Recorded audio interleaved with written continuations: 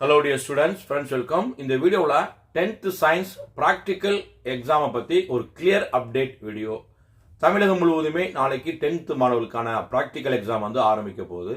So அன்பார்ந்த மாணவர்களே, உங்கள் அனைவருக்கும் இந்த செய்முறை தேர்வில் முழுமையான மதிப்பெண் கிடைக்கும்.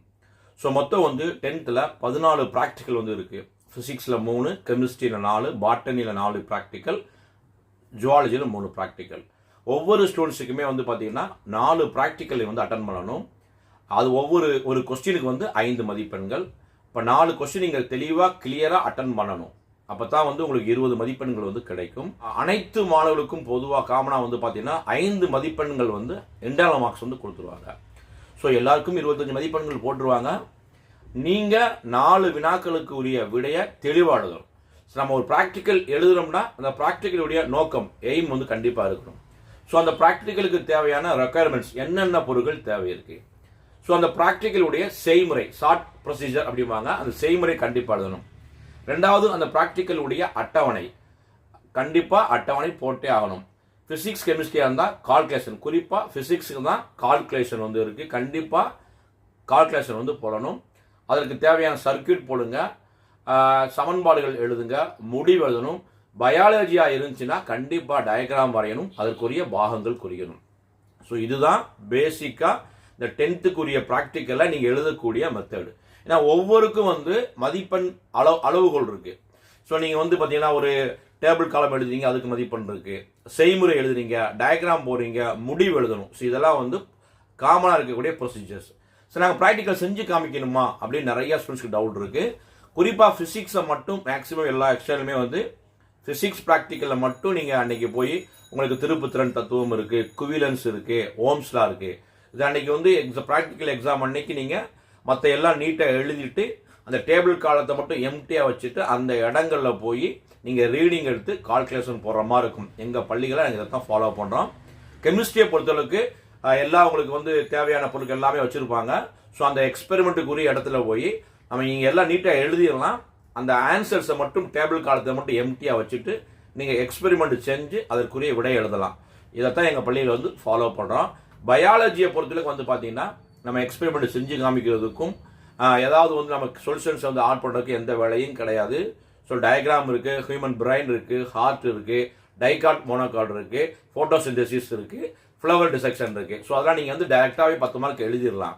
இன்கேஸ் சில பள்ளிகளில் வந்து 4 வினாக்கள் கொடுக்காம 14 கொஸ்டினுமே படிக்க சொல்லக்கூடிய ஒரு சில பள்ளிகள் இருக்கு. எங்க ஸ்கூல்ல வந்து ஒரு கவர்மெண்ட் ஸ்கூல்ல வந்து கண்டிப்பா கொடுக்கவே மாட்டாங்க. அது கேர்ள்ஸ் ஸ்கூலு. 14 ப்ராக்டிக்குமே சார் படிக்க சொல்லுவார். நாங்களாம் எக்ஸ்ட்ரா போகும்போது அந்த பிள்ளைய 14 ப்ராக்டிக்கலே படிச்சிருக்கும். ஸோ இந்த மாதிரியான சில பள்ளிகளும் இருக்கும். சில பள்ளிகளில் ஆல்ரெடி உங்களுக்கு வந்து ஏ டைப்பா, பி, சி, டி ஏதாவது ஒரு டைப்ல 4 கொஸ்டின் கொடுத்துருப்பாங்க. ஸோ நல்லபடியாக படிச்சு எழுதுங்க. ஸோ இது வந்து பார்த்தீங்கன்னா ஒரு பள்ளிகளில் வந்து நாளைக்கு ப்ராக்டிக்கல் இருக்கலாம், சில குரூப்புக்கு நாளை மறுநாள் இருக்கலாம். தொடர்ச்சியாக வரக்கூடிய வாரங்கள் 5-6 நாட்களுமே உங்களுக்கு வந்து இந்த ப்ராக்டிக்கல் எக்ஸாம் வந்து நடக்கும். உங்கள் பள்ளிகளில் எவ்வளவு ஸ்டூடெண்ட் ஸ்ட்ரென்த் இருக்கோ அதை பொறுத்து நடக்கும். சில பள்ளிகளில் 40 மாணவர்களுக்கு குறைவாக இருந்தாங்கன்னா அவங்க நியர்பையாக இருக்கக்கூடிய ஒரு சென்டரில் போய் ப்ராக்டிக்கல் எக்ஸாம் பண்ணணும். அங்கேயும் மதிப்பெண் வந்து குறைப்பாங்க. அதெல்லாம் யாரும் பயப்படாதீங்க. யாரும் இதை வந்து நம்ம பிட் அடிக்கணும், அடுத்தவங்களை பார்த்து எழுதணும், கேட்டு எழுதணும் அவசியமே இல்லை. மொத்தமே 4 ப்ராக்டிக்கல் தான். ரொம்ப ரொம்ப எளிமையாக இருக்கும். மோஸ்ட்லி ஒரு 80% 90% ஸ்கூலில் வந்து இந்த 4 ப்ராக்டிக்கல் வந்து ஆல்ரெடி கொடுத்துருப்பாங்க. இதை படிங்கண்டு. ஸோ இன்றைக்கும் படிங்க, நாளைக்கும் தேர்வு இருக்கக்கூடிய மாணவர் ஏர்லி மார்னிங் படிங்க, அழகாக எழுதுங்க. யாருக்கும் வரக்கூடிய எக்ஸ்டல் வந்து மதிப்பெண்ணை வந்து குறைக்க மாட்டாங்க. ஸோ இன்கேஸ் வந்து சார் எனக்கு 4 ப்ராக்டிக்கலுமே செய்ய தெரியல, நீட்டு அழகாக எழுதுறீங்க அப்படின்னா அது பயப்படாதீங்க, ஓகேங்களா?